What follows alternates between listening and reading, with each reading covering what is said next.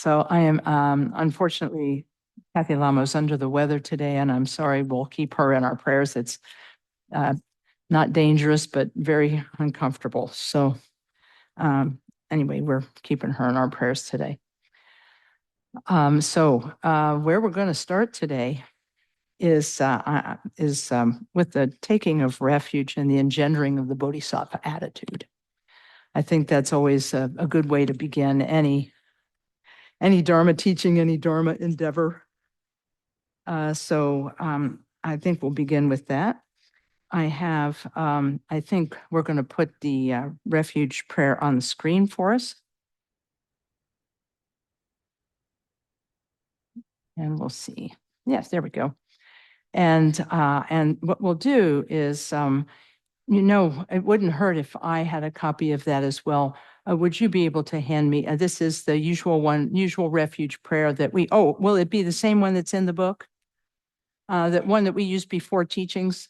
Is it the one in here, the one we used before teachings? Okay, great. Excellent. Okay, great. So we'll start.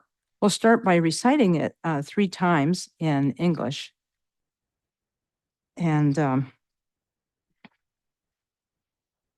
hang on here a second.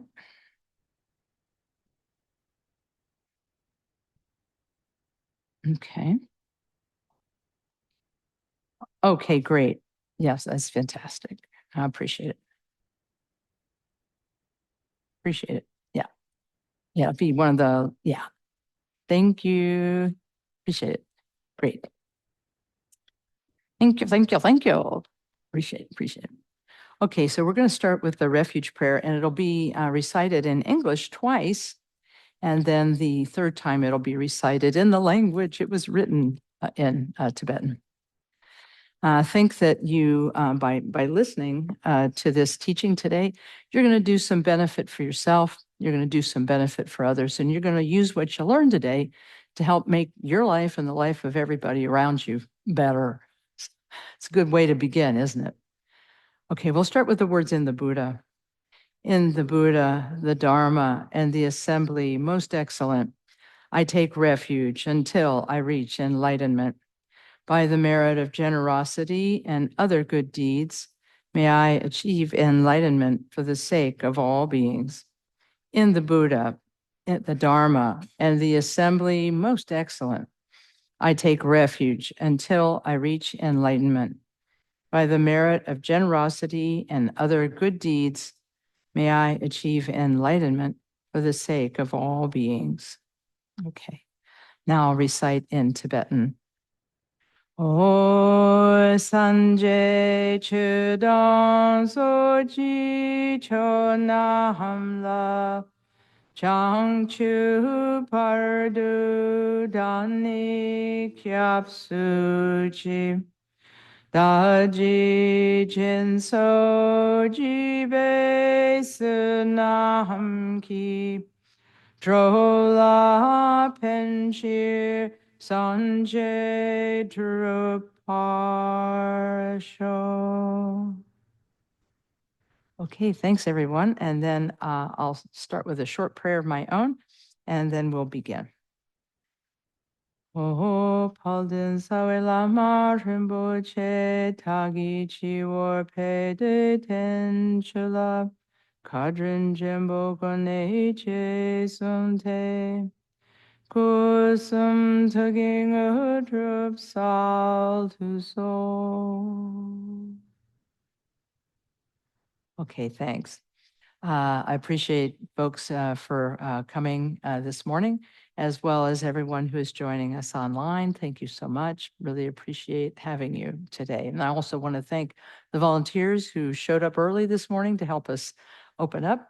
And for Julaine, the shrine keeper, and Don, who's setting up the AV, and also Ron Hess, who's been our greeter at the front door today. So I want to thank all of you. A little bit out of uniform today. I was dressed for a memorial service later today, so I guess you could say I'm a little bit out of uniform, but I at least have a shawl so that I'll be Rinpoche in somewhat of a uniform. So I can't read minds, and I don't play a mind reader on television, but I can kind of guess why we're all here today. It's been a really difficult fall season for us. A lot of people are sick, as evidenced by the substitute teacher who's with you today. And the temperatures are getting colder, days are getting shorter, tempers are probably getting a little shorter as well. And some people are feeling up, some people are feeling down. So I think this is a really good time to come to a meditation place and do a little meditation together. And my work today is to share some methods and techniques that have been used for, oh my goodness, 1,000 years of the 2,500 years of Buddhism, maybe all 2,500 years, who knows? But these are incredibly deep, profound, and ancient methods for working with our mind. Those of you who are familiar with the book of the Buddha's sayings called the Dhammapada, you know that it opens with the words, "We are what we think. All that we are arises with our thoughts, and with our thoughts, we make the world." And with these statements, the Buddha really talked about the supremacy of mind, that we do have an environment that we live in. We do have people who live around us. We are part of many different kinds of community. And in addition, things happen to us in our life, and some of those things are positive, some of those things are negative. We have a lot that goes on in our life, but what determines our happiness and suffering, according to the Buddhist teaching, is our mind. It's our mind. Our mind is what is experiencing all of these things. Body conveys information, but the mind's what experiences it. So if we want to work with our experience, we have to work with our mind. So it's pretty practical. People who learn about Tibetan Buddhism by reading or online or in whatever way they take in that information, they often say, well, what can a discipline as old as Buddhism help us with today? And I remember my own teacher, Khenpo Kartha Rinpoche, was asked this question as well. And he said, from his point of view, the Dharma, or the teachings of the Buddha, are like water. He said, water has refreshed human beings since the beginning of time, and it never ceases to refresh human beings. So in the same way, Dharma, which is the truth about mind, the truth about our experience as human beings, this Dharma, which is the truth about who we are, is true now and continues to be true. And so this is why, no matter how old these teachings are, they're like water in that they refresh.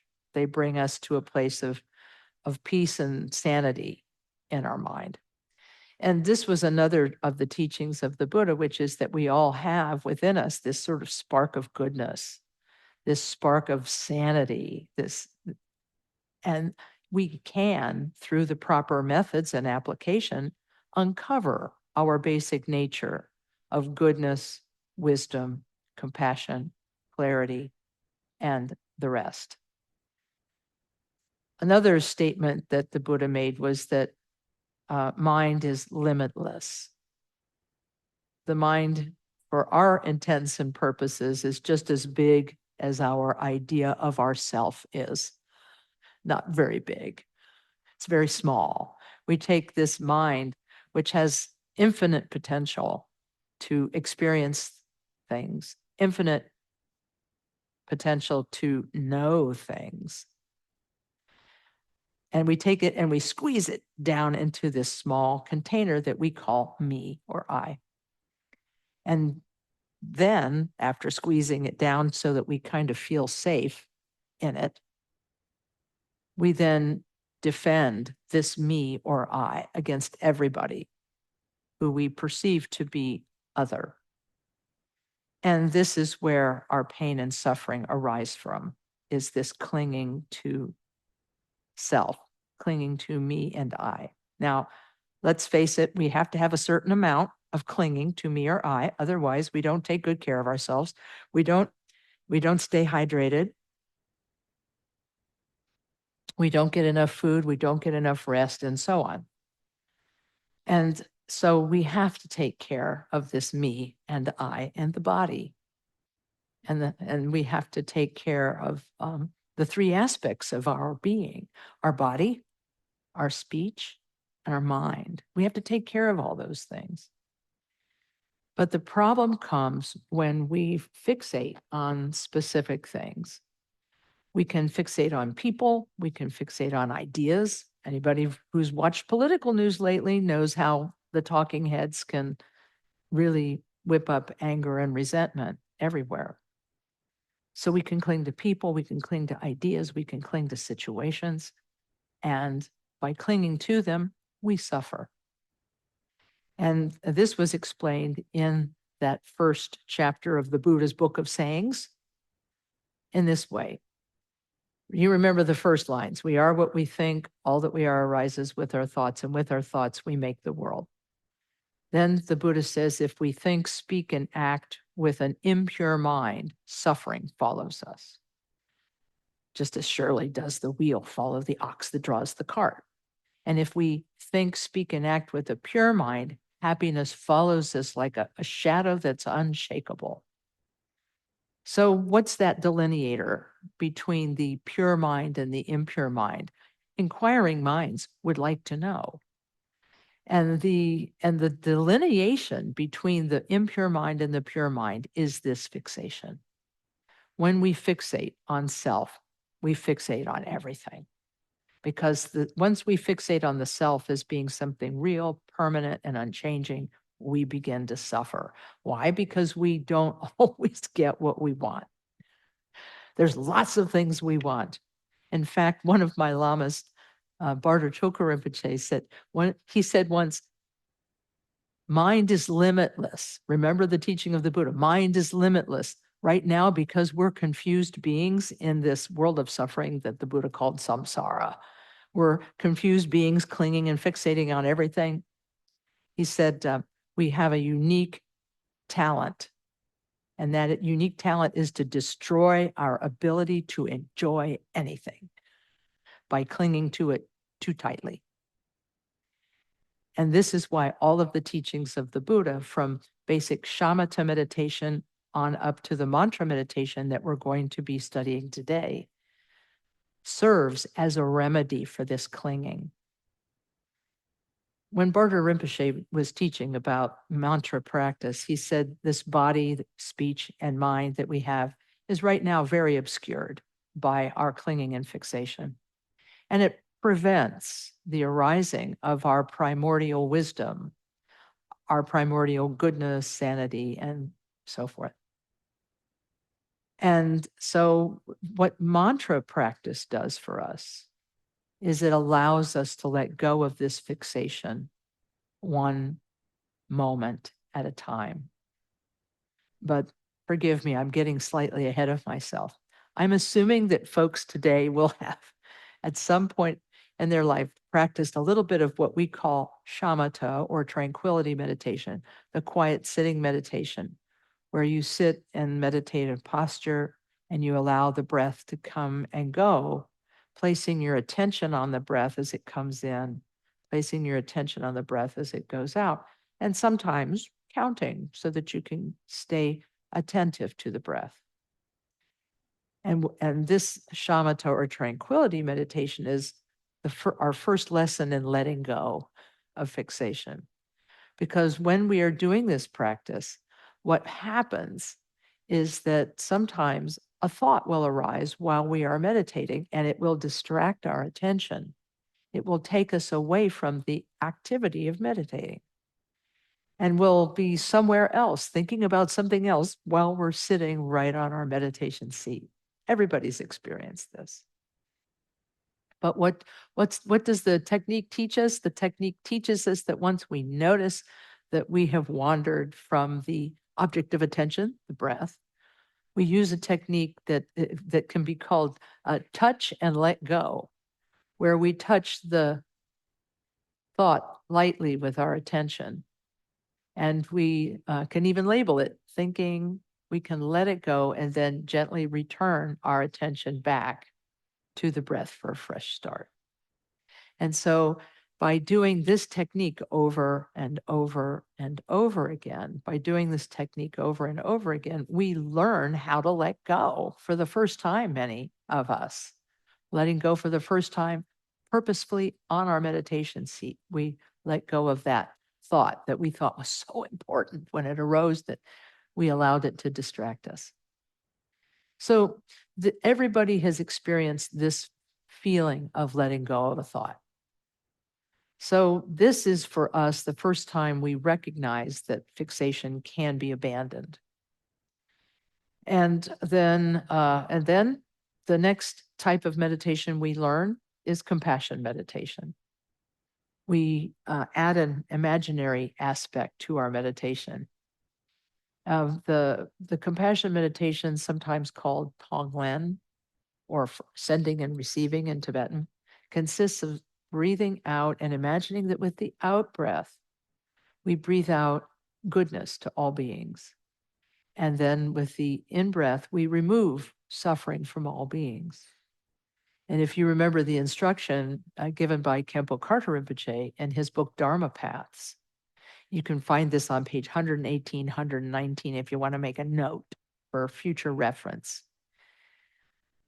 In his instruction on Tonglen, he says, as you breathe out, you imagine that the goodness and love and compassion and so forth comes out of you like sunlight spilling across the valley, filling all quarters of the space.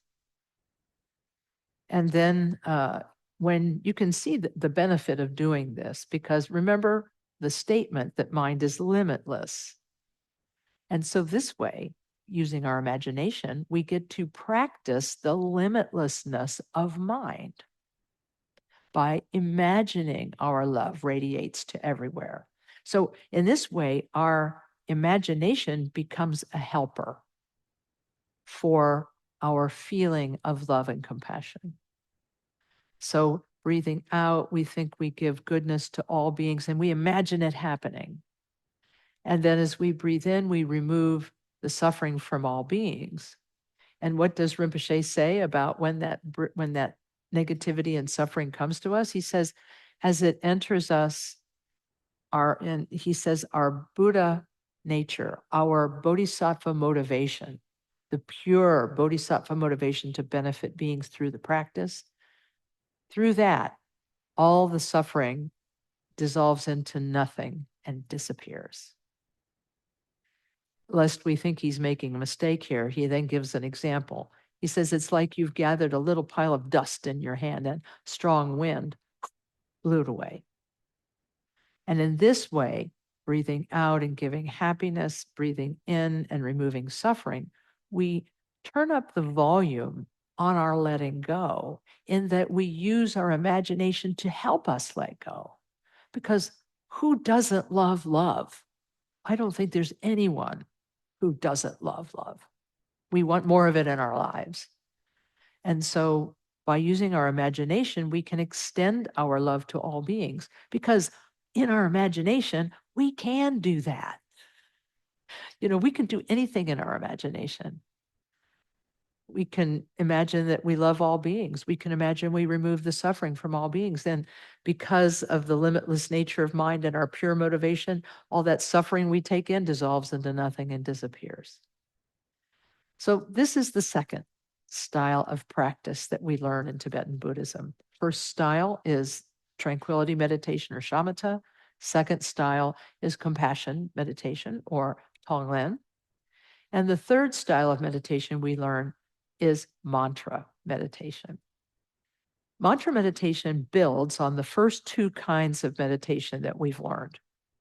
We use the attention that we have developed, attending to the breath through the shamatha practice, and we use the kindness, the impulse toward kindness. We use our imagination and this impulse toward kindness in compassion meditation. And then we take those skills to mantra meditation. And so that allows us to even turn the volume up a little more on our letting go. Not only have we let go of individual thoughts and shown our own capability, we've demonstrated to ourselves our capability to let things go. Not only that, we've also, through the Tonglen practice, felt what it is like to imagine that we have love for everybody, and what it feels like to imagine that we're relieving all the suffering of the world. I mean, what little child doesn't say, I want to help people? You know, it's rare, a child that does not feel that way at some point. And we're all grown-up kids. So here we are, still wanting to help. So mantra meditation takes these two skills, attention and love and imagination. So it's 3 skills. And then it puts them all together. And it helps us to transform our fixation on body, our fixation on speech, and our fixation on mind. The fixation on, and I'm sorry, before we go into how this fixation is counteracted, I want to talk a moment about what visualization and mantra practice is, because some of you who are joining us today may be unfamiliar with mantra meditation. So let me give a brief summary. What happens in a mantra meditation is that the practitioner uses their imagination to imagine, instead of a body made of flesh and blood, that we have a body made of light, and that it's empty inside. That although, you know, some people may say, well, that doesn't make sense. My friends in physics might say, well, yeah, we are all kind of just light moving at different speeds. But anyway, we'll set that aside, that discussion aside for the scientists. But we use our imagination to set aside our idea of our flesh and blood body and all the fixation that comes from that. And we imagine that our body is made of light and empty inside, and that we resemble one of the Buddhas, one of the enlightened beings, or one of the Bodhisattvas, which are loving and compassionate beings that are emanations of a Buddha's activity. So we can visualize ourselves as a Buddha or a Bodhisattva, and then that is our form, made of light and empty inside. And that then we begin to imagine that we embody the activity of that Buddha or Bodhisattva. And this activity comes through a liturgy or prayers that we recite, wishing for the benefit of all beings. And then as we recite these prayers, we think that the real Buddha or Bodhisattva of the practice is present, either above our heads or in front of us, and that Buddha or Bodhisattva blesses us with their wisdom and compassion. And upon being blessed by that externally visualized Buddha or Bodhisattva, we ourselves fully become the Buddha of the practice. And as we recite the name of the Buddha or Bodhisattva of the practice, a mantra that is a form of that name, we transform into that Buddha or Bodhisattva for a short period of time, maybe just a few minutes. And we think of our body as made of light and empty inside, our speech as being, in other words, you know, our body being made of light. In other words, form and emptiness in unity. And when we recite the names of the Buddhas or their mantras, we experience the unity of sound and emptiness. And then our thoughts we become aware of our thoughts as being not just chatter, chatter, chatter, but the mind of that Buddha or Bodhisattva, enlightened awareness. And so for that short period of time, we get to, it's not just play pretend though, because it's a little like play pretend, make believe, but it's also a powerful tool for bringing those qualities that are within us that we maybe hide or stuff down, these positive qualities. We maybe hide them because they make us feel too vulnerable or not safe. And we manifest them for the period of time that we're meditating. And so this is how a deity meditation works.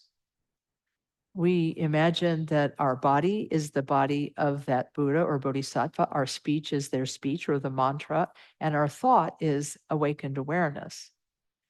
And at the conclusion of any of the mantra practices, what happens is that all of this construct that we have created, we've created ourself as a Buddha or Bodhisattva. We've created our environment, by the way. I didn't mention this, but we've created our environment as the pure realm of that Buddha or Bodhisattva. And then we take that entire construct, we dissolve it into ourselves gradually, bit by bit. And then we ourselves, as the Buddha or Bodhisattva, gradually dissolve bit by bit until everything dissolves into utter emptiness. And then resting for a moment. In that state, we have the potential to just experience mind in its natural state. Maybe only for 1 second, 2 seconds, 3 seconds, something like that. But we experience ourselves in a different way. And then when thoughts arise again, we recreate ourselves as the Buddha of the practice, made of light and empty inside. The whole world as a pure realm, all the beings in it as Buddhas and Bodhisattvas, and so forth. So this is a general overview of the function and purpose of mantra practice. And I like to give this introduction each time that I teach on these subjects because it helps me to remember why I loved it in the first place. It is brilliant and genius to be able to convey it was brilliant and genius for me to think about, like, wow, I could think of myself differently.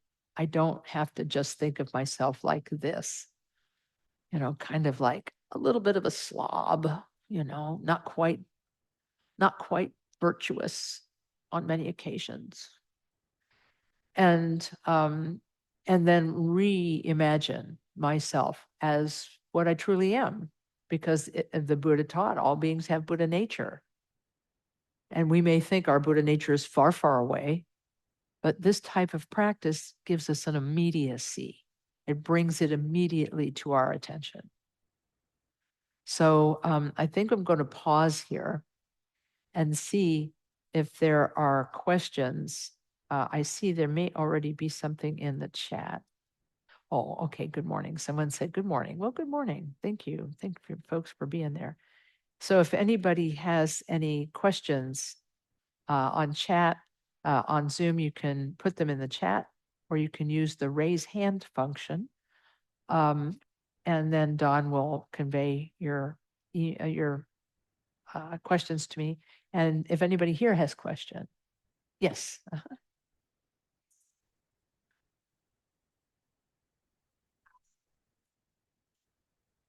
Yeah. The questioner is asking for one's own personal daily practice. What percentage or breakdown of these 3 styles of meditation, quiet sitting or tranquility or shamatha, compassion or tonglen, and mantra practice? I think it is going to depend on the individual. And I think the reason for this is because everybody is built differently. I'm guessing that maybe all of you have noticed this, that we're all made really, really differently, and we all learn differently, and we all experience differently. And so for some people, quiet sitting meditation is very difficult.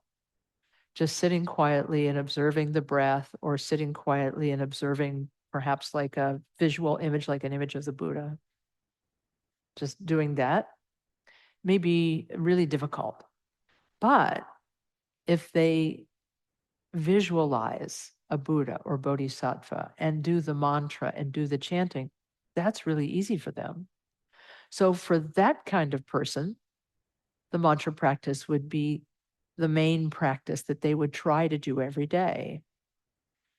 And but if a person is capable of doing all three kinds, then I would start with the quiet sitting, and then do a little bit of compassion meditation, and then do some mantra meditation. Just kind of divide it to your own wish. Divide it in your own way to your own wish. I really appreciate you asking that. That's really helpful. Other questions? I'm seeing if there are any questions in the Zoom. Not seeing. Okay, any other questions? Okay, just had to be sure before I went on. So, oh, here's another. I do see a question. Okay, yeah, I see two questions. Okay, so I can see them, Dawn. I forgot I forgot I was signed in. I'm signed in too. Okay, so Jacqueline is asking, would mantra practice be seen as vipassana meditation? Oh, yes. This is really interesting. I brought with me, actually, I did bring with me, but I somehow didn't bring them into the room with me. Can't believe that. I'm so smart. Um, I have three books probably in my office if you'd like to check. I brought three books with me today to show you so that you could see the three books that I recommend most often about the practice of Chenrezig. And in any case, one of those books is called Chenrezig, Lord of Love.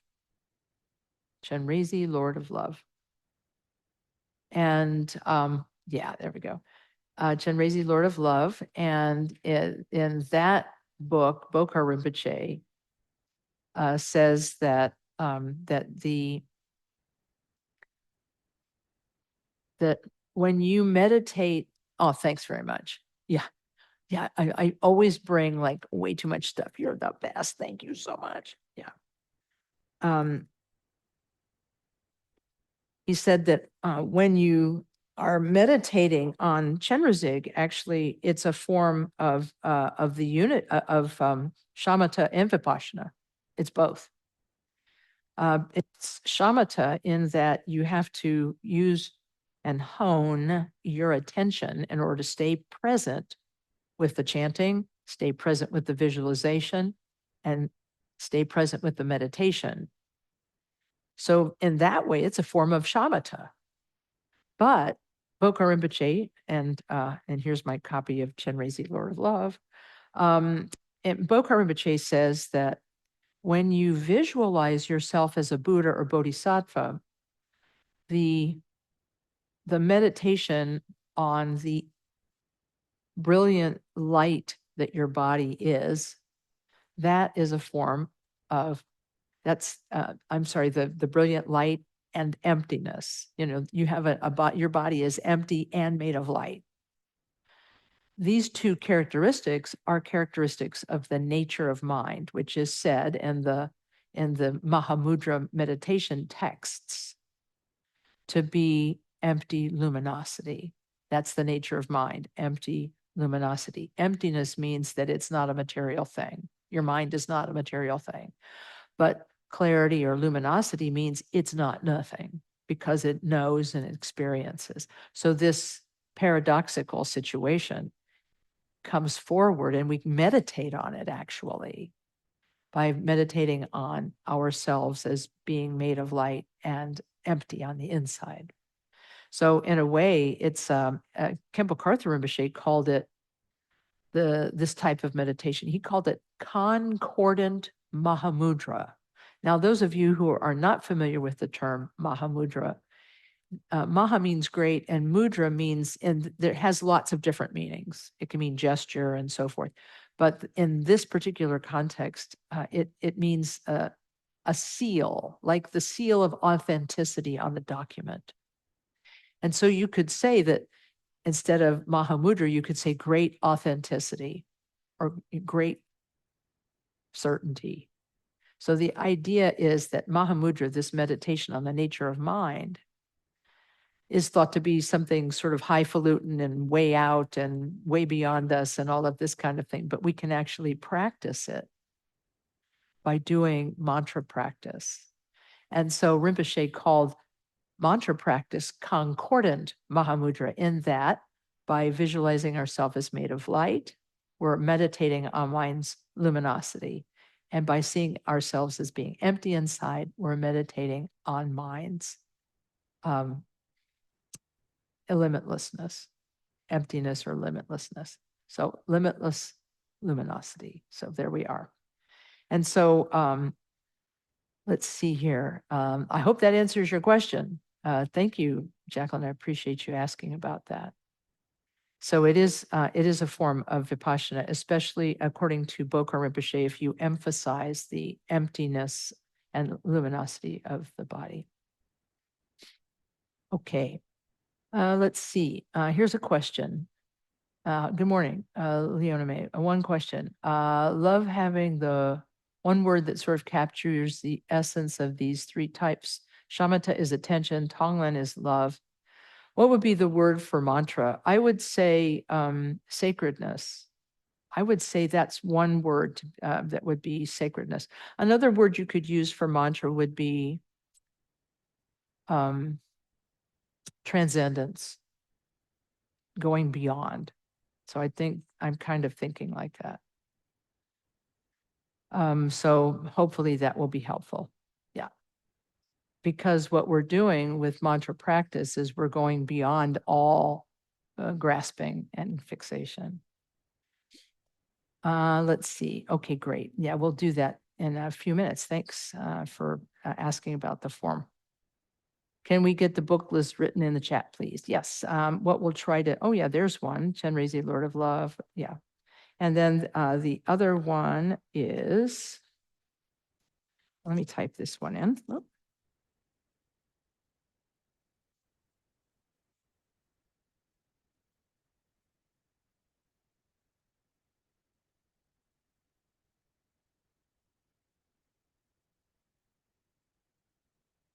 Chenrezig, and it's called For the Benefit of All Beings by Khenpo Karthar Rinpoche.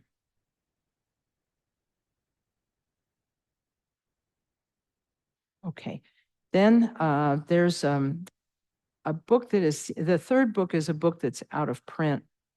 So it's probably not fair to mention it. So let me give you a fourth book, commentary on the Chenrezig and Amitabha. Oh, I'm sorry. I did send that as a direct message. Apologies. I meant to send it to everyone. Shoot. Let's see if I can make that happen. Commentary on the Chenrezig Amitabha. And that's by Khenpo Karthar Rinpoche. Okay, there we go. Let me see if I can get that other one that I typed in as a direct message to everybody here. Here we go. There you go. Yay. So those are the three books. Okay. So I think, let me double check. Third one is called Commentary on the Chenrezig and Amitabha Practice by Khenpo Karthar Rinpoche. That's only available in a ring bound. It's done with a comb binding. You can get it at the Namse Bangso bookstore at KTD Monastery. Okay, I think that's all the questions. Yay. Okay. So then Don, yeah, let's move on to the illustration of Chenrezig. We're going to be showing you a drawn picture or painted picture of Chenrezig, the Bodhisattva of Compassion. There's not enough time today to go into all of the stories about Chenrezig, but it was said that way back, way back, in the ancient times, when there was a young monk who made an aspiration to become a Buddha. And when he made his aspiration to become a Buddha, he said, "And may I liberate on my own, liberate all beings from suffering. May I stay in samsara forever until I liberate beings, all beings." And so it's a big ask. It's a big aspiration. And his aspiration was quite grand, and everyone praised his fortitude, his strength in making that aspiration. And in addition, he said, "And if I ever give up this vow, may I shatter in 1,000 pieces." And of course, as these stories go, he actually did at one point give up his vow for a moment. He became discouraged because after a while of benefiting beings, several eons of benefiting beings, he saw that he had not made that much of a dent in the number of beings who had escaped samsara, and lots of beings were still in samsara, so he became discouraged. And then his body broke into 1,000 pieces. And then, of course, his guru, the Buddha, Amitabha, was nearby and reassembled him with 1,000 arms and many heads so that he could see and benefit more sentient beings. And so this is one of the stories that's told about the Buddha, about the Bodhisattva Chenrezig. Now, in iconography, Chenrezig is depicted as being a handsome youth, and he has 4 arms. Let's see. The first 2 are joined together at his heart, holding a wish-fulfilling jewel.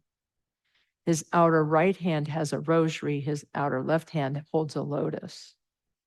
The outer right hand holding the rosary means that his compassion is complete and no being is left out. Just like a circle is endless, his love and compassion for beings is endless. The left hand holding the lotus means that he has the activity of a bodhisattva, because a bodhisattva lives in samsara but is not stained by samsara, just as a lotus is rooted in the mud but blooms above it.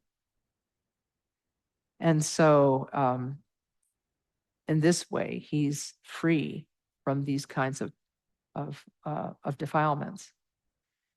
And so then he's also depicted as sitting in the Vajra posture, which in Hatha Yoga is called the lotus posture, where the left foot is on the right thigh and then the right foot is on the left thigh, and so forth. This Vajra posture is, it means that he is immovable. His enlightenment is immovable. He cannot be removed from the state of awakening. His brilliant color, which is white, suffused with the 5 hues of color, means that he has the purity of the bodhisattva motivation. His beautiful, shiny black hair, the color black is sacred because it is like a summary of all colors. And so this idea of that his enlightenment is like that. It's perfect and its completeness. And half of the beautiful shiny black hair is tied on the top of his head in a top knot. And then the rest of it tumbles down the shoulders, meaning that enlightenment is a single state, but it has many manifestations. So that's the top knot is the single state of awakening, and the many manifestations is the hair that tumbles down his shoulders. He's wearing silks and jewels. There are 13 ornaments in all. Khenpo Karthar Rinpoche says that the number 13 of these ornaments, that these ornaments number 13, is indicative of the 13 levels of Bodhisattva awakening spoken of by the Buddha in the Tantras. Those of you familiar with the sutra traditions of Buddhism know that there are 11 levels of the Bodhisattva in the sutra tradition, but 2 more are added to the Tantra tradition. And so when the 15th Karmapa wrote his beautiful and powerful text, a continuous reign, RAIN, a continuous reign to benefit beings, which is out of print, but I think most people can find it somewhere online by typing in the name A Continuous Reign, RAIN, to benefit beings. The 15th Karmapa actually gives colors for his clothing. He's wearing a red silk skirt and a white blouse. And of course, he's wearing multicolored leggings and lots of gold jewelry with beautiful gems inset. And again, this speaks, the colors and so forth speak to the brilliance of overcoming attachment, which is the color red, and purity, which is the color white. And his being full of love is the overcoming of anger. So he overcomes the 3 mental poisons: attachment, aversion, and ignorance. So in this way, he's a beautiful form that speaks to us. And by meditating on his form, we see our own perfection, because in our minds, we are beyond all of these characteristics. And in our minds, we are everything and can be everything. And so this is a little bit about the form of Chenrezig. Let me take a look here. I am going to do a screen share and see if I'm now, folks, I want to apologize because again, I was not prepared to, I was not prepared to teach today. Sorry, didn't mean to do that. Let's do the screen share instead. Okay, there we go. Now let's see if we can make that happen. There we go. All right. Let's hide that sidebar. Okay. I forgot to mention one thing that you'll be able to see a little better on this smaller image or larger image. Many people will see this cloven hoof and these antlers and wonder what's that.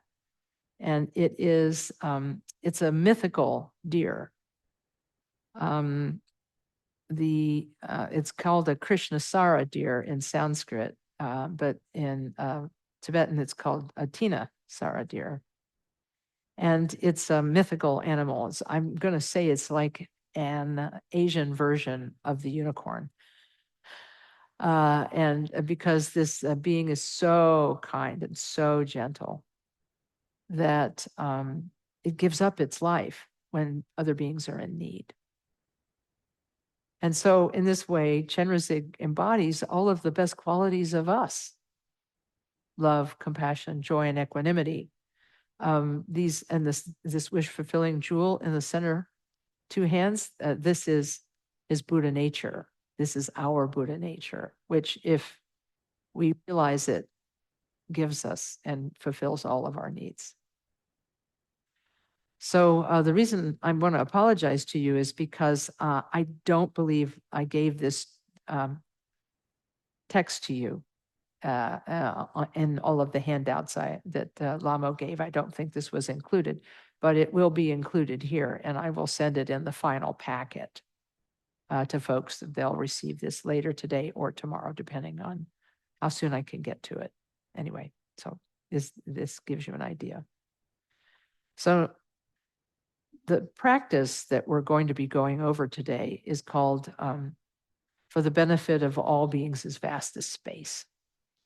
It was written in the 13th century by the great Tibetan saint Tongtong Gyalpo. We don't have time, unfortunately, today to go through it all because I want to do a short practice of Chenrezig, before we end today, so we can do a little practical experience in doing the Chenrezig practice.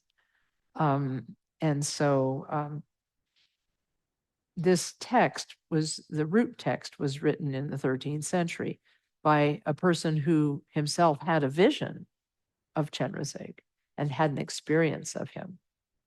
And having an experience of him, he came to embody these qualities himself. All of those qualities depicted by the silks and jewels and so forth, those are all inside of us. We may not feel some mornings when we get up and look in the mirror, we may not feel we've got a crown on, and we may not feel that we're looking like royalty and so on, but we are, because we have Buddha nature, and that Buddha nature can be brought to fruition through our practice. So anyway, so I'm going to share, yes, it says this book contains the recitation from meditation of the Great Compassionate One, which is an epithet for Chenrezig, called For the Benefit of All Beings as Vast as the Skies. And why it says that, we'll find out very soon. Okay, it begins with a taking of refuge and the engendering of bodhicitta. As His Eminence Taisi Rinpoche says, we begin every practice with refuge and bodhicitta as a statement of direction. He says, destination, Buddhahood. It's like we're stating our destination right at the beginning, and the reason why we're doing the practice is this. So it says, until I reach enlightenment, I take refuge in the Buddha, in the Dharma, and the noble Sangha. Through the merit of accomplishing the 6 perfect virtues or 6 perfections, may I achieve awakening for the benefit of all sentient beings. Now, people ask me, can you recite this in English instead of Tibetan? And based on the advice of Khenpo Karthar Rinpoche, yes, you can. We tend to recite it in Tibetan when we are together on Tuesday nights and the 1st and 5th Sundays of the month when we do it here. I mean, when we do it online on Tuesdays and when we do it here on Sundays. We tend to recite it in Tibetan because Khenpo Karthar Rinpoche said there was a special blessing on the Tibetan language since it was created for the translation of the Buddhist words. But when you're learning this at home, feel welcome. Khenpo Rinpoche, when he was talking about another practice that involved repetition, he said, do the first like 10,000 or something in English, and then gradually change over to Tibetan. But I'll leave that up to you. How many times you do it in English and how many times you do it in Tibetan. I'll leave that up to you. But remember that it's good to be balanced. And if you're the kind of person who says, if I don't know what it means, I don't want to do it, then I think you need to take 2 steps toward the middle and if you are at the other end where you say, oh, Tibetan is so beautiful, I don't care that I don't know what it means, then you need to take a couple of steps toward the middle. Because, we always call Dharma the middle path. And so people who are really into meaning, but don't have an appreciation for blessing, they need to take a couple steps toward blessing. And the people who are super blessing need to come a few steps toward meaning. And then we can put the 2 together, and then we really have something. So that's what all Dharma is asking us to do, is kind of give up extremes and move a little more toward the middle. So in Tongtong Gyalpo's text, this is the taking of refuge and the engendering of bodhicitta. The 15th Karmapa, Khenpo Karthar Rinpoche, whose book, Chenrezig for the Benefit of All Beings, is a commentary on the 15th Karmapa's commentary on Chenrezig. I know, commentary on a commentary, but there's something to be said for that. This, in the 15th Karmapa's commentary, which is the one he told me to teach from exclusively, I said, can I teach from your commentary, Rinpoche? And he said, he thought about it. And he said, no, He said, teach from the 15th Karmapa. He said, that's got a lot of blessing. So that's what I do. In the 15th Karmapa's commentary, he says, you can start this practice by, I'm going to use my little picture of Chenrezig here and hold it out in front of me and say, in front of me in space is Chenrezig, the Bodhisattva of Compassion. This will be your first exercise in imagination. As you take refuge, imagine that Chenrezig is in space in front of you. Well, how can you use your imagination and read the text at the same time? Well, it's going to be a little bit, shall we say, uncomfortable at first, but you can have the idea. Even if you can't visualize that Chenrezig is in front of you, you can think that he is present, and thinking that he is present surrounded by all the enlightened beings, and thinking of yourself as being surrounded by all sentient beings, your parents, your kids, your relatives, your friends, and right down in front, the people you're having a disagreement with. Khenpo Rinpoche says they should be your honored guests. So there you go. And thinking of all beings surrounding you, you're their leader, you're leading them and taking refuge in the Buddha, Dharma, and Sangha in the person of Chenrezig. And after 3 repetitions of this prayer, until I reach enlightenment, I take refuge in the Buddha, and so on. After this, that figure of Chenrezig dissolves into light. All the enlightened beings dissolve into him, and then he dissolves into us and blesses our stream of being. I think this is a beautiful step, because many of us come to practice and we've had a hard day. Maybe we've done and said things we regret, and we don't feel like we're good enough to practice. But this, the function of this refuge, taking of refuge and the receiving of blessing, blesses our stream of being so that we can feel confident that we can do this practice. It's got a lot of functions and it's beautiful. Then after that, we go to the section that's titled the visualization of the deity. In English, in Tibetan, it says, Daso kakyap sem genji, chi su pekar de weteng. First of all, I have to tell you, Khenpo Karthar Rinpoche has formally and officially pronounced my Tibetan reading as horrible. So I can tell you that this is not necessarily correct, but it'll be a start. In English, it says, on the crown of myself and all beings present throughout space, on a moon and white lotus above our heads, is a free letter, which I'm circling in the video here. I'm circling the seed syllable free, and you may say to yourself, that's pretty complicated. I can't visualize that.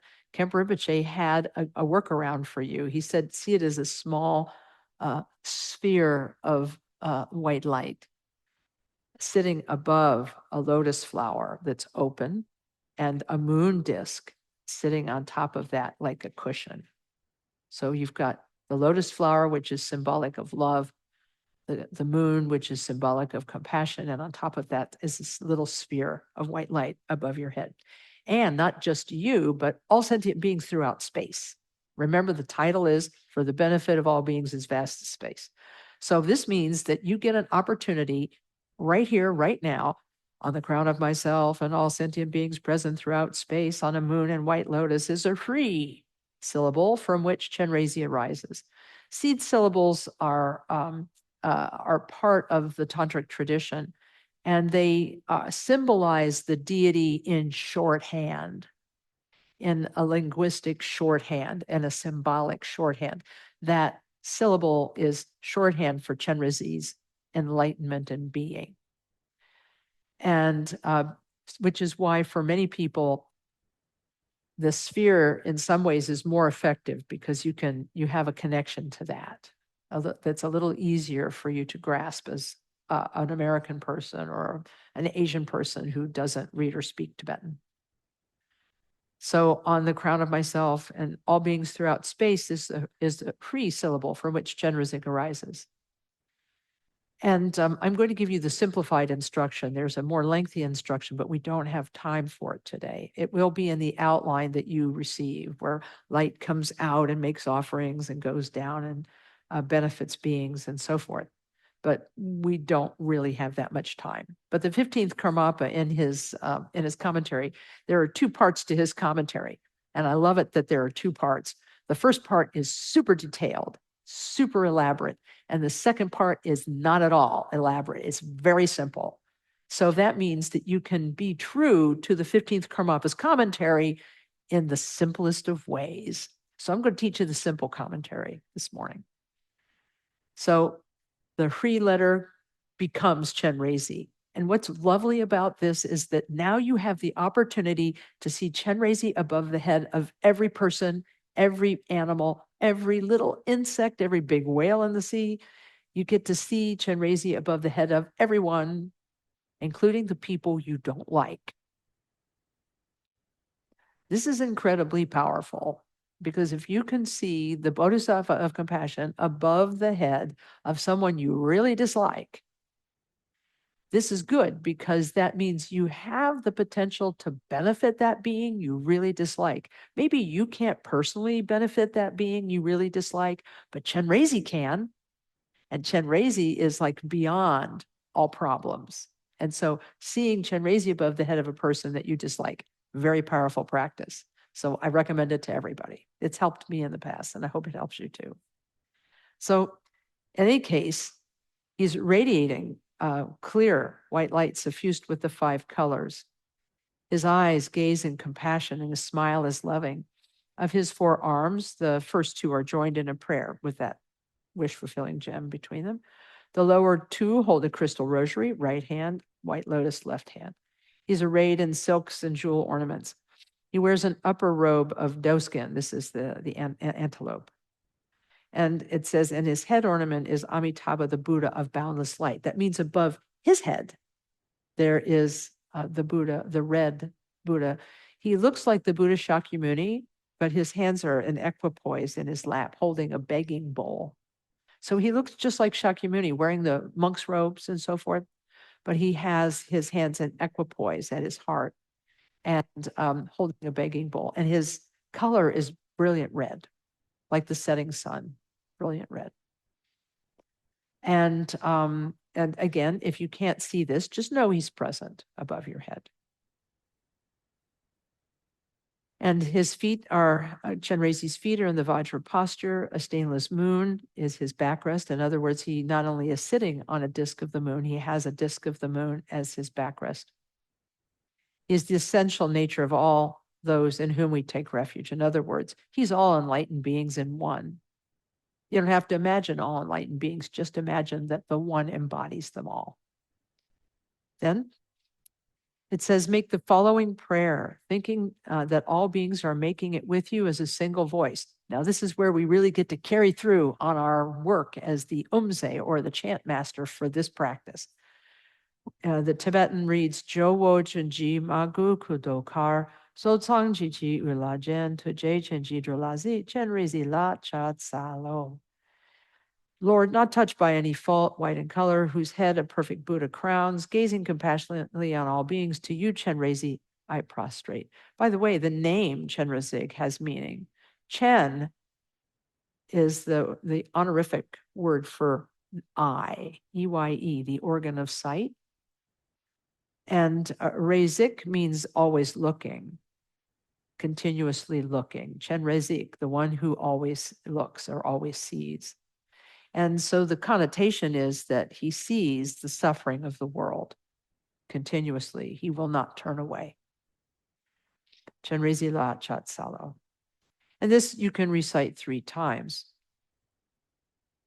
Then in the root text written in the 13th century, Tonton Gyalpo says, here, after you've recited this prayer of supplication to Chenrezig, Chenrezig, I bow to you.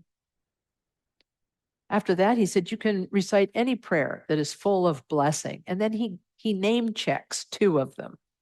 And then that is what follows in the text that we use every Tuesday at KTC.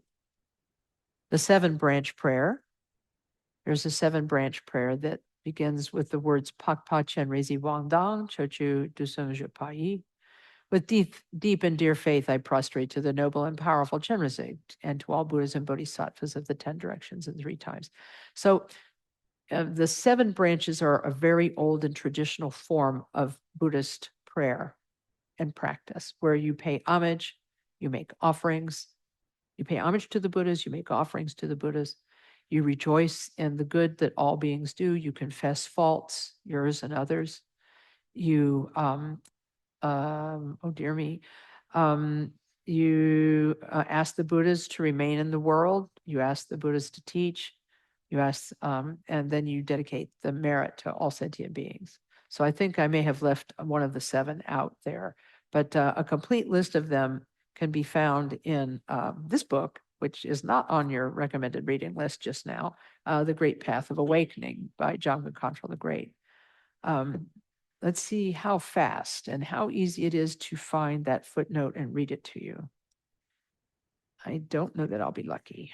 If I cannot find it quickly, we'll save it for later. Sometimes I can find it really easy. Yep, there it is. Footnote number 54, in case you're looking it up. The 7 branch prayer is a traditional format for Mahayana practice. Paying homage counteracts pride. Presenting offerings counteracts greed. Acknowledging and confessing evil acts counteracts aggression. Rejoicing in the good that others do counteracts jealousy. Requesting spiritual teaching counteracts stupidity or ignorance. Asking the Buddhas and teachers to remain present in the world counteracts the view of permanence. And dedicating the virtue to the welfare of others leads to the attainment of full awakening. So there's so anyhow, that's, and I won't be able to repeat this just now because again, we are short on time this morning. This is just a general introduction today. But this, you will find this in Great Path of Awakening. So we're actually going to skip the 7 branch prayer now that we've explained what its meaning is. We're going to skip ahead. Those of you who are following along in the white books here, you can follow along and go to Chenrezig, page 4. Chenrezig, page 4. And then you'll see the second of the practices that he name checks, which is the prayer to Chenrezig, asking for him to bless and purify all beings without exception in samsara. Sometimes Chenrezig is called the one who stirs samsara from its depths, meaning the one who reaches down and brings out of the various negative states of existence of sentient beings. He rescues them through his love. And so the prayer begins, so wadip so Lama Chenrezig, so wadip so Yidam Chenrezig, and so on. Lama Chenrezig, I supplicate you. Yidam Chenrezig, I supplicate you. And now that we've talked a little bit about the function of this prayer, we will bypass it. We're going to continue to page forward. This prayer, by the way, of releasing beings from samsara, incredibly powerful. Kathy Lamo said that when she teaches, she wants to teach a second part to this class, and she'll go through these practices at that time. So this brings us to Chenrezig, page 7. If you're looking at this paper copy here at KTC, there's line 1, line 2, line 3, line 4, line 5. Line 5 begins with the Tibetan words Detarse Chiksul Tape. By having prayed like this one pointedly. We now return to Tongtong Gyalpo's original root text. This is his root text. And the other 2 prayers that were appended or put in are not part of the root text, but he said you can recite them because they're beneficial. and they're full of blessing.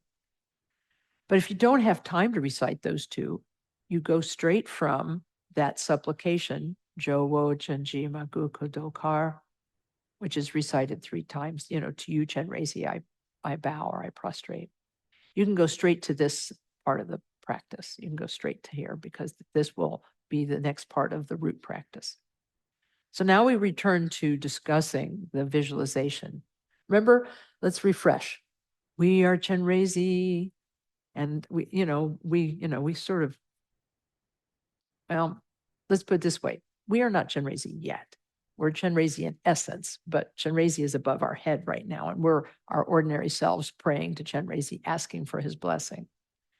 But now we're going to become Chenrezig, and this is how we do it. By having prayed like this one pointedly, light rays radiating from noble Chenrezig above our head purify the appearances of delusion in our mind. The outer world of the environment, that is our world, becomes the pure land of bliss, the Buddha's pure realm of Dewa Chen or Sukhavati, which is great because some days, I don't know about your world, but my world can be a pretty difficult place. So imagining that it's Dewa Chen, the realm of bliss, I'm totally signed on for that. Then the body, speech, and mind of beings, the inner world, become the body, speech, and mind of Chenrezig. All appearance, sound, and awareness are inseparable from emptiness. Again, remember all of this fixation that we have on our body, on our speech, on our mind. We imagine that this light from the form of Chenrezig above our head dissolves all of these fixations. All of our fixations on our body, all of our fixations on our speech, all of our fixations on our mind. It purifies all of our negative karma instantaneously. Therefore, we manifest ourselves as Chenrezig. From the top of our head to the bottom of the lotus beneath us, that is visualized beneath us, we become Chenrezig. We are purified and become Chenrezig. And this also happens to everyone in the universe. All of the bugs, all of the whales, all of the human beings, all the people we don't like, they all become Chenrezig. And it says at the end, all appearance, sound, and awareness are inseparable from this wisdom emptiness, wisdom awakening. And then you see we have the mantra Om Mani Padme Hum, or in Sanskrit, it's Om Mani Padme Hum, H-U-M. Om Mani Padme Hum and Om Mani Padme Hum are kind of the same. One is Sanskrit, the other is Tibetan. They're both right. Khenpo Karthar Rinpoche said, pick one. Just pick one. Can't go wrong. He said Tibetans have been pronouncing it Om Mani Padme Hum and not Om Mani Padme Hum for centuries, and they still get enlightened. So he said, no problem. So no matter whether you pronounce it Om Mani Padme Hum or Om Mani Padme Hum, it's all good. You take your pick. But what does the mantra mean? Om refers to the enlightened body of the Buddha, and Hum refers to the enlightenment mind of the Buddha. So between that is his being, Mani and Padme, or Mani and Padme. Mani means jewel, Padme means lotus. Getting the idea now? It describes Chenrezig's scepters, what Chenrezig holds in his hands. He holds a lotus in the left hand and a jewel in his 2 center hands. So Om Mani Padme Hum is a way of saying his name.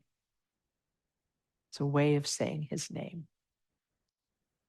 And so in essence, you're reciting Om Mani Padme Hum like that. And then you begin to meditate in this way. You imagine that the Chenrezig above your head has shone light upon you and purified you of all your obstacles and obscurations, all of your clinging and fixation, all of your bad karma, everything. And he's done this for every being in the world. So now the world is populated. It's like a beautiful park because that's what Sukhavati is said to look like. Beautiful green grass, beautiful trees, beautiful birds, beautiful lakes, beautiful sky, beautiful everything. And all the beings in this universe are looking like Chenrezig. And this is what we can meditate on as we chant the mantra Om Mani Padme Hum. For that period of time, everything is beautiful and we can manifest our true Buddha nature. Then, after reciting this, it says, finally, let the mind remain absorbed in its own essential nature without making distinctions between subject, object, and act. So once you have recited as many mantras as you are going to recite, then you recite this. Then what you would do is, there's going to be a quiet moment after reciting the mantra. There's a quiet moment of meditation. And in that quiet moment of meditation, we imagine that the entire visualized sphere dissolves. Dewa Chen, the realm of bliss, dissolves into all the beings as Chenrezig. All the beings as Chenrezig dissolve into the Chenrezig above your head. So it's just you and the Chenrezig above your head. The Chenrezig above your head, who now embodies your guru and all enlightened ones and all beings, dissolves into you. And for a moment you think, my mind and the Buddha's and Guru's mind have dissolved, have merged inseparably. And then we as Chenrezig dissolve into light. I think the easiest way to do this dissolution, there are two ways, complicated and easy. We'll go with easy today. That you see your own form as Chenrezig dissolving into light, the same way a rainbow disperses into space. Like that. And then you let your mind rest. And after this moment of rest, however many seconds it lasts, you'll have thoughts again, like, what time is it? What's for lunch? Or whatever you think of next. And then you make your next thought, I am Chenrezig. And then you re-visualize yourself as Chenrezig. You re-visualize the world as Dewa Chen and all beings in it as Chenrezig.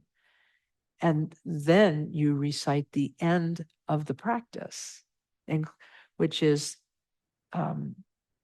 aspiration and dedication of the practice to all beings accomplishing the state of Chenrezig. The Tibetan reads, Dajen lunam pa peku dradraki ge du peyan dredtoki shechen polong. The bodies of myself and others appear in the form of Chenrezig. All sound is the melody of his 6-syllable mantra, Om Mani Padme Hum. All remembrance and thought is the great expanse of primordial wisdom. Through the virtue of this practice, Gewadi Nyer Dudak, may I swiftly achieve the level of powerful Chenrezig.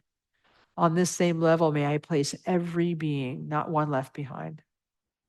With all the merit of this meditation and repetition, may I and every being to whom I am connected, as soon as these imperfect bodies are left behind, be miraculously born in the Pure Land of bliss. Immediately after taking birth there, may we pass through the 10 levels and fill the directions with emanations to benefit others. That's how the root text ends. But then other prayers are appended to the end that have great blessing. Gewadi Kewoken, through this virtue, may all beings perfect the accumulations of merit and wisdom, and may they attain the 2 supreme kayas which arise from merit and wisdom. May precious bodhicitta arise within those where it has not arisen. Where it has arisen, may it not decline, may it ever grow and flourish. So that's a description of the meditation on Chenrezig.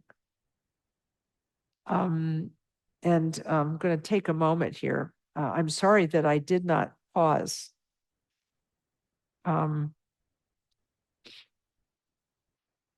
to ask, let people ask questions during it, but because I'm on a time crunch. We had 2 hours to describe everything. I wanted to make sure I got through the text. And here's a person who's asking a question. What exactly does a Chenrezig empowerment do? Is it okay to do it twice if I feel like I did not pay enough attention the first time, or does it work no matter how my mind is at that point? And the answer is, Khenpo Karthar Rinpoche has addressed this because, interestingly enough, in all of those years, people have asked him these questions. And he says, oh yeah, he says the more you can attend to what's happening in an empowerment, the more benefit you get, but you still get the blessing regardless. Now, what is she asking about? She's asking about one of the 3 permission blessings that help us to do this practice. There are 3 permission blessings in any Tibetan mantra practice. There's the empowerment, also known as Wang, which can be spelled W-O-N-G or W-A-N-G in English, or empowerment. The reading transmission, or Lung, L-U-N-G, or L-O-O-N-G, Lung in Tibetan. And the practical instruction, which is called Tri, T-R-I, in Tibetan. Wang, Lung, Tri. Wang is where a master of the practice that we are learning meditates deeply on their own form as Chenrezig, their own speech is the mantra, and their own mind is the being's enlightened awareness, and blesses implements like a mala or a torma. And then those are used to bless the body, speech, and mind of the student, to purify the student's body, speech, and mind, and then to invest the student's body, speech, and mind with the deity, giving the implements and the scepters and so forth to the student, or touching the student with the scepters of the deity or the Buddha or Bodhisattva of the practice. One then consecrates that person's being as that deity. And this is this permission blessing, the empowerment, empowers us to visualize ourselves as the deity. The second, the reading transmission, is where the text is read really quickly to you in Tibetan. And this is the bestowing of the text upon you from the person who wrote it back in 13th century, who read it to their students, who read it to their students, who read it to their students in an unbroken line. The speaking of these words is unbroken for centuries, and the blessing of it comes to us through the reading transmission, and that authorizes us to study and recite the text. The third tree, the practical instructions, is how to chant, how to visualize, and so on. And this gives us permission to do all of the parts of the practice. Now, that being said, Khenpo Karthar Rinpoche said, if you get an empowerment once, he said, that's great. But every time you meet an authentic master who's giving that empowerment, just take it again. Because every time you take that empowerment, every time you take the empowerment, it purifies you more. It purifies you more, and it blesses you more. So it's like anything else. It's like it accrues. And no matter where we are in our brain, when we receive an empowerment, we're getting something, even if we don't know it on a subliminal level, we're receiving something. We're getting a blessing. And so we can trust that, because the Buddhas know everything. They know our confusion, and they bless us anyway. So it's just how it is. So that's a little bit about these 3 things. Now, all of that being said, Khenpo Karthar Rinpoche and Trungpa Rinpoche both said, for Chenrezig, he said, and Medicine Buddha, you don't need any of those things. You can do it without having the empowerment. You can do it without having the reading transmission. You can do it without having the practical instruction, because it's so beneficial. It's not going to hurt you to do it without those things. But of course, if you have those things, fantastic. If you have those things, that's great. but you don't have to. And the same, he said the same of the medicine Buddha practice, because it's so powerful, so profound, and so full of blessing, it doesn't matter. And in fact, at one point he said, you don't really even have to be Buddhist to recite this practice. So it's just, that's what he said. Okay, there's time for one more, but then we have to do some chanting. Is there another practice? Okay, can you please translate the the phrase, the two supreme kayas? Yes, you got to give me a moment here. I'm getting to a certain age, and I get dry spots in the back of my throat. I love this getting old thing. It's such an adventure. Let's see if we can. Usually by taking either a cough drop or chewing gum. I know mom told me not to chew gum and teach at the same time. Actually, she told me never to chew gum under any circumstances. So sorry, mom. But this particular gum is good for dryness, and it's so refreshing. It calms the tickle in the back of one's throat. Oh yeah. Anyway, it's the pause that refreshes. So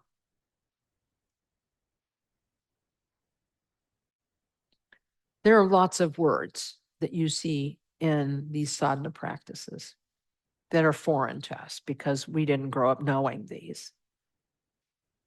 And remember, I was saying there are three aspects to a person: their body, their speech, and their mind, and so on. Well, in Mahayana Buddhism, they talk about the three bodies of the Buddha. Sometimes they call it four, but let's just stay with three because that's easy. We could say body, speech, and mind are the three types of manifestation of a Buddha: a Buddha's body, a Buddha's speech, and a Buddha's mind. But if you want to brief those three down to two, it's the Dharmakaya, or the mind of the enlightened being, and then the form kaya of that being, how that being is perceived by others. And so those are what they call the two supreme kayas, meaning the two awakened manifestations of a Buddha: the Buddha's awakened mind and the Buddha's awakened form. And so there's lots more teachings that can be given about those, but this is at least a start. So I really appreciate that. And it is said that here's part of the cool part, is that the reason I think these terms get used in prayers, it's just my opinion, not necessarily a Buddhist teaching, it's just like my opinion, but it really fascinates me. And that is that when we read Buddhism, there's a lot of terminology, and I call it highfalutin because it's way out there, it's like, sounds like it's really deep and profound, and we don't understand it because it's deep and profound. We don't get it. But what's cool is that, in a way, like the empowerment, we don't have to get it, but we just have to have some trust that we have Buddha nature, and that the two kayas are like immanent. They're within us, they're part of us, and all we have to do is uncover them. I think that way, this is why I think they use words like this, is because everybody thinks Buddhahood's so far away. It's out there somewhere. I haven't got it, and it's out there somewhere, and it's so far away. But if we are sitting on our seat and trying to practice like this, we're doing our best to develop and manifest that. So that highfalutin stuff, it's imminent. It's right here. It's right with us right now. We're not far from it. It's right here. So I think that's pretty cool. Okay. Sadly, because of time, we will have to stop questions here, but you can write them down, and then you can always share them because I'm going to try and write a letter tonight to everybody who signed up for the course and give you a place to send your questions. And then you can send your questions and I'll do a little recording where I answer all the questions and then I'll post it to everybody who signed up. So if you didn't get to ask your questions today, you can write them all down and then you can send them to the address that will be included in the email.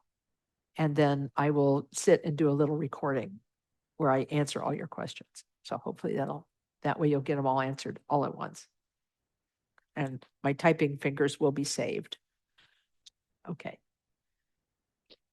All right. So we're going to do a little of this practice now. You're going to have to forgive me. I have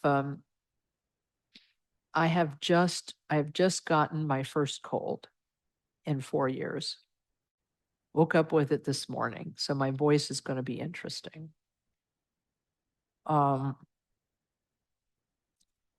It's a long time to be without a cold, isn't it? Anyway, so anyhow, so what we're going to do here is we're going to begin at the beginning, the Sanjay Chudon Sochi Chunamla, which for those of you who are here in the center, it's on Chenrezig page 1.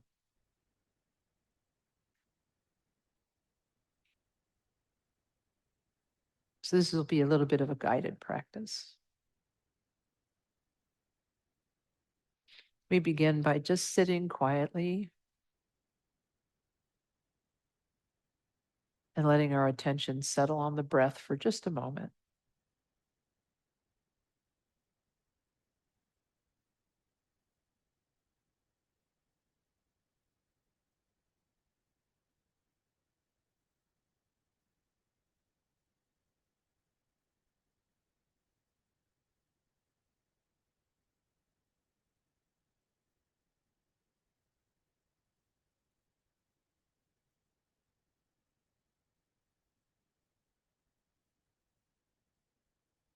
And now, to the best of our ability, we imagine that in front of us in space and slightly above us and facing us is the Bodhisattva Chenrezig, surrounded by all enlightened beings. And surrounding us are our parents, our children, our dear ones and near ones, as well as all beings in this realm of samsara. And all of those people we do not like, they're all here. And we're going to lead all those sentient beings in taking refuge in Chenrezig as the embodiment of all Buddhas. So we'll recite it twice in English and once in Tibetan. Until I reach enlightenment, I take refuge in the Buddha, in the Dharma, and the noble Sangha. Through the merit of accomplishing the 6 perfections, may I achieve awakening for the benefit of all sentient beings. Until I reach enlightenment, I take refuge in the Buddha, in the Dharma, and the noble Sangha. Through the merit of accomplishing the 6 perfections, may I achieve awakening for the benefit of all sentient beings. O Sanjay Chudan Sochi Chonamla Changchu Pardu Dani Kyapsuchi Daji Jinso Jibe Sunanki Drola Penshir Sanjay Tiruparsho. Now we imagine that all of the Buddhas and Bodhisattvas in front of us dissolve into Chenrezig's form, and that Chenrezig then dissolves into light and merges with us through the top of our head, and we become one, and we are blessed by his awakening.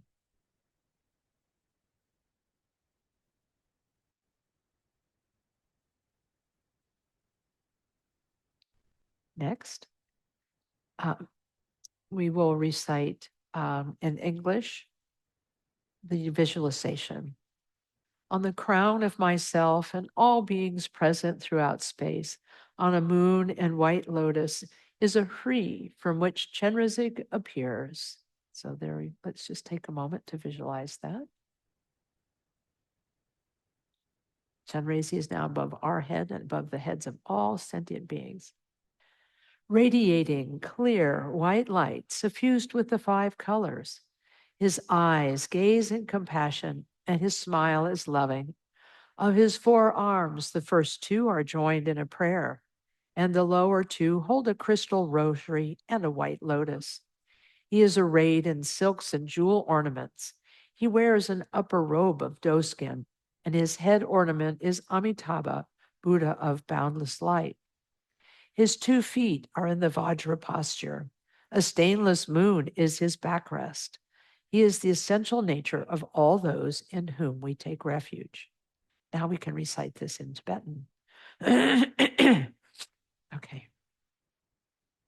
O daso kakyap sem chenji, jisu pekar da wei teng, rile pacho chenrezi, kar sal huzer ha dendro, Dei zum tu che chenjizi, Jashi tampo ta charze, Uni shetre pekarnam, Dardarin chen chenji Rida pape to your soul.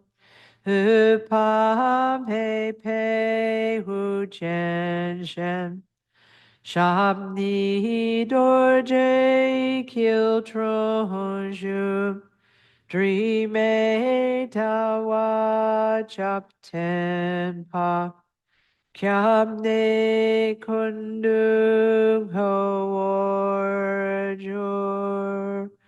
thinking that Chenrezig is above our head and that he is all sentient, he is all awakened beings in one, and that we, surrounded by all sentient beings, are asking for his blessing. We'll start by reciting the English twice and the Tibetan once. Lord, not touched by any fault, white in color, whose head a perfect Buddha crowns, gazing compassionately on all beings, to you, Chenrezig, I prostrate. Lord, not touched by any fault, white in color, whose head a perfect Buddha crowns, gazing compassionately on all beings, to you, Chenrezig, I prostrate. Now in Tibetan.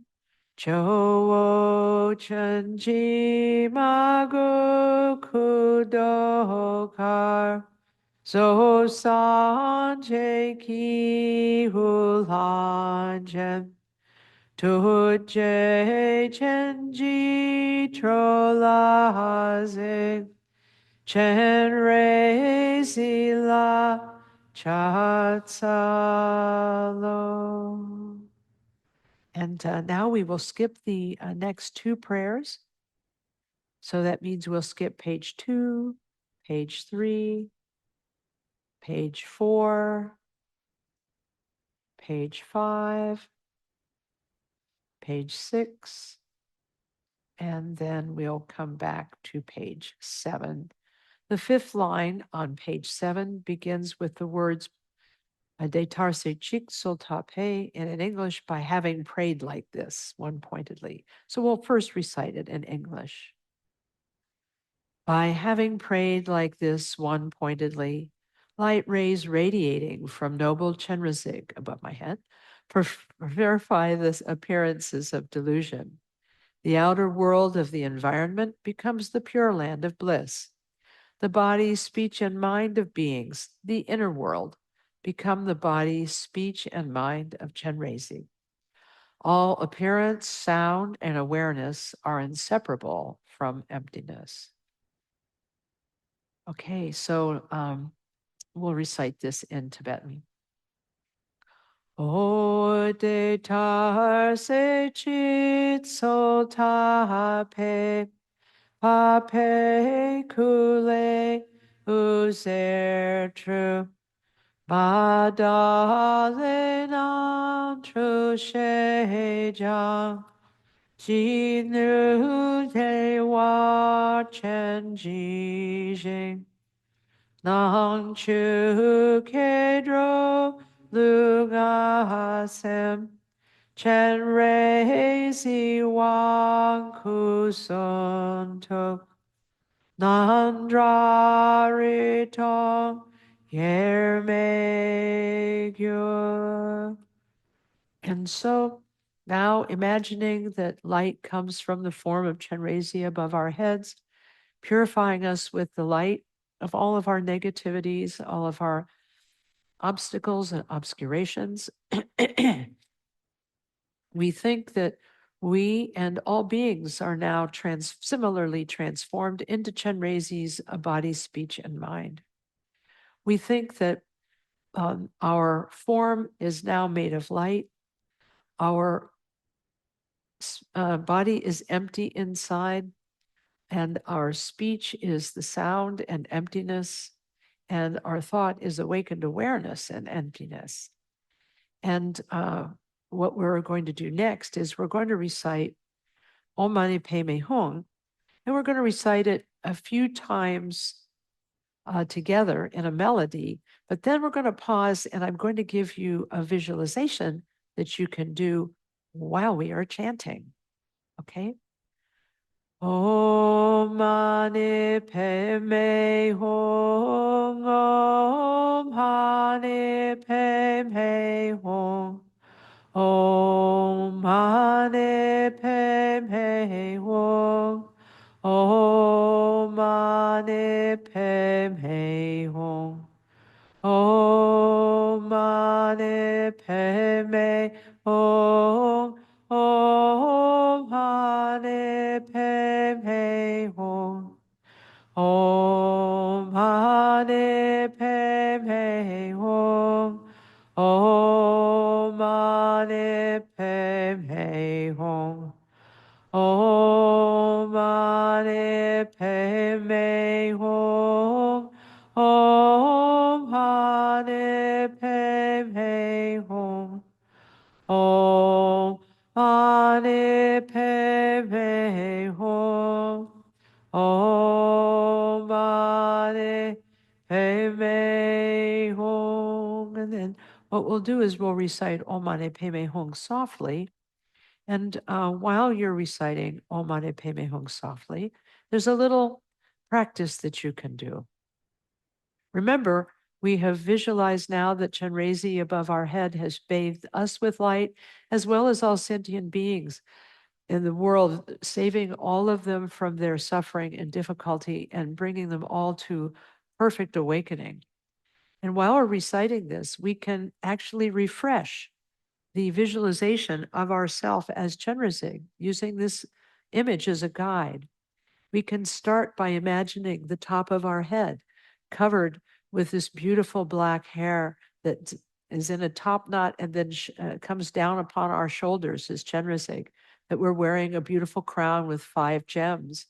We see the earrings, the necklaces, the 4 arms, right hand rosary, left hand lotus, with the 2 hands in between holding the wish fulfilling jewel of Buddha mind, wearing the over the left shoulder, the deer skin, the skirt and the legs in Vajra posture.